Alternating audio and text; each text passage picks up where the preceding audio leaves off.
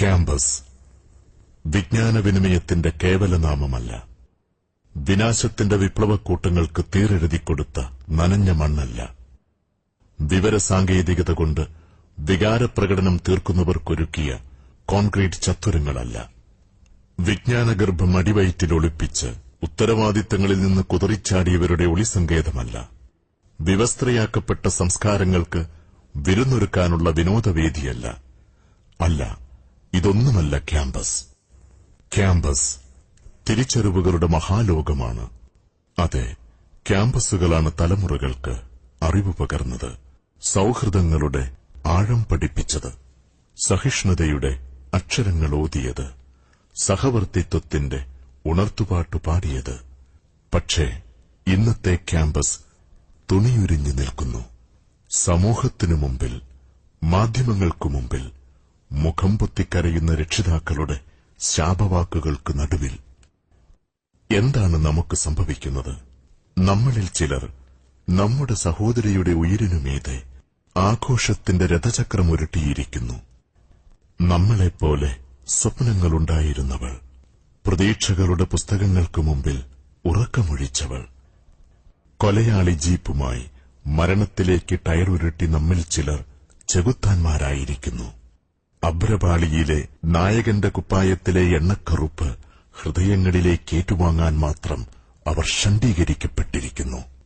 വെള്ളിത്തിരയിലെ campus പേക്കൂത്തുകൾ കണ്ണടച്ചനുകരിക്കാൻ മാത്രം അവരുടെ ചിന്തകൾ പണയപ്പെട്ടിരിക്കുന്നു. ഭൌതികതയുടെ മിന്നലൊളി അവരെ അന്ധരാക്കിയിരിക്കുന്നു.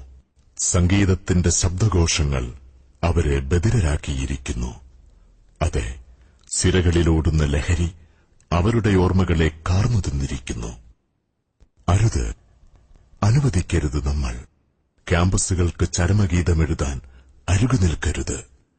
നമ്മളാണ് അവരെ ഓർമ്മപ്പെടുത്തേണ്ടത്. അവർ വന്ന വഴികളെക്കുറിച്ച്, അവർ പങ്കുവെച്ച അവരുടെ സ്വപ്നങ്ങളെക്കുറിച്ച്, ചുവന്നു കലങ്ങും മുമ്പേ അവർക്കുണ്ടായിരുന്ന തിളങ്ങുന്ന കണ്ണുകളെക്കുറിച്ച്, അവർക്കുവേണ്ടി അത്യധ്വാനം ചെയ്യുന്ന പിതാവിനെക്കുറിച്ച്, പ്രതീക്ഷയോടെ കാത്തിരിക്കുന്ന മാതാവിനെക്കുറിച്ച് എല്ലാം അവർ മറന്നുപോയിരിക്കുന്നു. നമ്മളാണ് അവരെ വീണ്ടും ഓർമ്മിപ്പിക്കേണ്ടവർ. ജീവിതത്തിന്റെ ആത്യന്തികമായ ലക്ഷ്യമെന്താണ്? കേവലം ഒരു യാദൃശ്ചികതയുടെ ഭാഗമാണോ ഈ പ്രപഞ്ചം? കത്തിജ്വലിക്കുന്ന സൂര്യൻ, അതിസുന്ദരമായ നമ്മുടെ ഭൂമി, കൃത്യമായ ധാരണയോടെ വിഹരിക്കുന്ന ജീവജാലങ്ങൾ, യാദൃശ്ചികമായി ചില മൂലകങ്ങൾ കൂടിച്ചേർന്ന് സ്വയമൊരു മൊബൈൽ ഫോൺ രൂപപ്പെട്ടു എന്ന് വിശ്വസിക്കാത്ത നമ്മൾ, പാരസ്പര്യത്തിന്റെ പൂർണ്ണതയായ ഈ പ്രപഞ്ചത്തിന്റെ സംവിധായകനെ അവിശ്വസിക്കുന്നതെങ്ങനെ?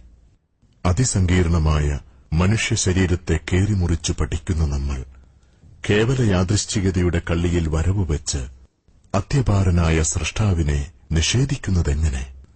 അതെ, നമ്മുടെ ജനനം യാദൃശ്ചികതയുടെ ഭാഗമല്ലെങ്കിൽ നമ്മുടെ ജീവിതവും ലക്ഷ്യപൂർണമാണ്.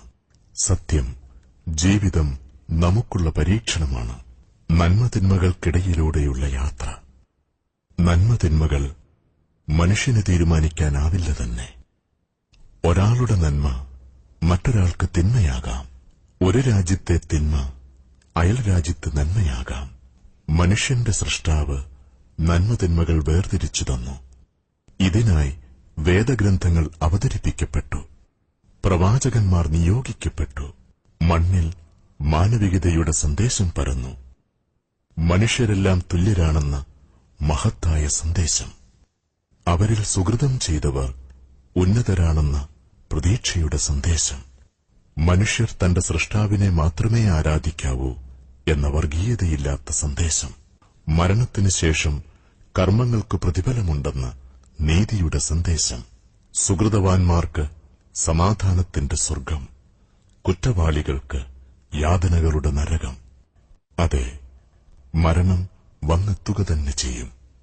അനുവാദങ്ങൾക്ക് കാത്തുനിൽക്കാതെ, പാതി തീർത്ത പഠനത്തിനു നടുവിൽ, പണിതീരാത്ത സ്വപ്നങ്ങൾക്കിടയിൽ, പറഞ്ഞു തീരാത്ത പ്രതീക്ഷകൾക്കിടയിൽ, സമ്മതം പോലും വാങ്ങാതെ നാം ഇറങ്ങിപ്പോരും.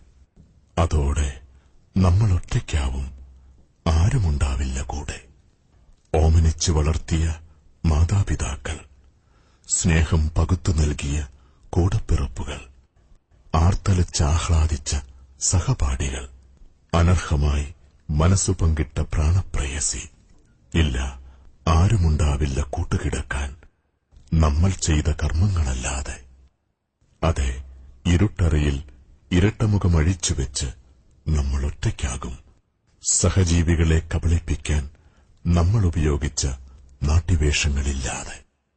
സുഹൃത്തേ, നിങ്ങൾക്ക് കഴിയുന്നുണ്ടോ പുതിയ തീരുമാനമെടുക്കാൻ, നന്മയുടെ പക്ഷം ചേരാൻ, പൂർണ്ണ മനുഷ്യനാകാൻ? കാറ്റും കോളും നിറഞ്ഞ ഈ ജീവിതസാഗരത്തിൽ നന്മയുടെ തുരുത്ത് കണ്ടെത്താൻ, അതിലേക്ക് ഒരു ചെറുവഞ്ചിയെങ്കിലും തുഴയാൻ. ഇപ്പോൾ ഈ ആരവങ്ങളുടെ നിശബ്ദതയിൽ Wisdom Global Islamic Mission